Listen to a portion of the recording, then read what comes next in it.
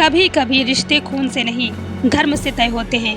महाभारत का युद्ध यही सिखाता है कि सगे भी पराये हो सकते हैं अगर वे अधर्म का साथ दें। महाभारत का युद्ध एक ऐसा युद्ध जिसने पूरे आर्यवत को हिलाकर रख दिया।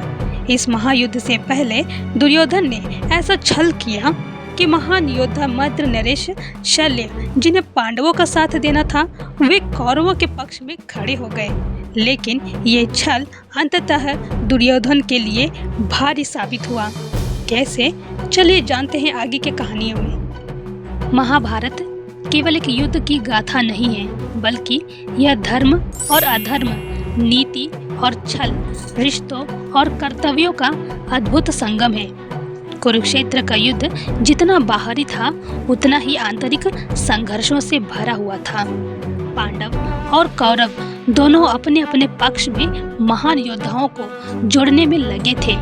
हर एक महारथी का चुनाव युद्ध का पलड़ा भारी कर सकता था।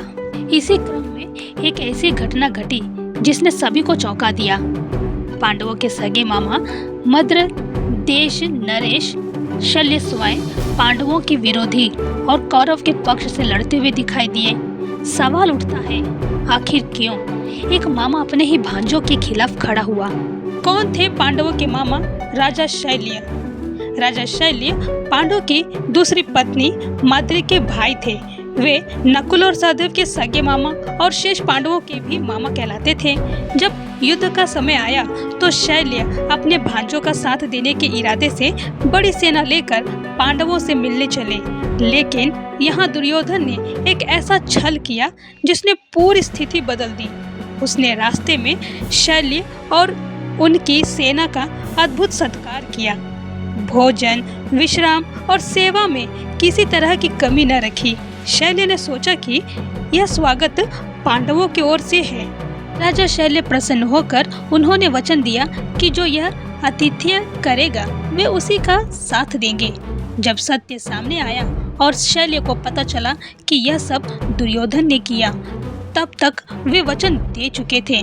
धर्म संकट में फंसे शैल्य को अपने वचन का पालन करना पड़ा और वे पांडवों के बजाय कौरवों की ओर से युद्ध में शामिल हो गए। जहां एक तरफ दुर्योधन ने बड़े चालाकी से छल करके पांडवों के मामा को जब अपने ही सेना में शामिल कर लिया और अपने ही सेना को संचालन करने के लिए पूरी तरह से मना लिया और वे कुछ नहीं कर सके, वो अपने वचन के चलते दुर्योधन का साथ देने के लिए वचनबद्ध हुए। तब राजा शैल्य ने भी दुर्योधन के सामने रखी एक ऐसी शर्त कहा।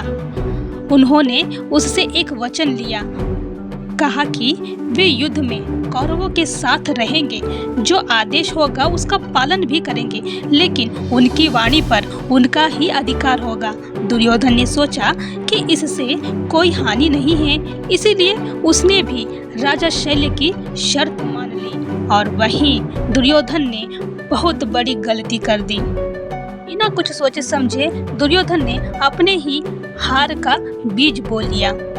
जब पांडवों और कौरवों के बीच युद्ध शुरू हुआ तो राजा शैल्य को कर्ण का सारथी बनाया गया। अब वे कौरवों के रथ पर थे, लेकिन उनकी वाणी पांडवों की थी। कर्ण और अर्जुन के आमने सामने की झनकार सुनते हुए शल्य, कर्ण देखो अर्जुन को, उसकी गति, उसकी वीरता, उसकी अद्भुत धनुर्विद्या।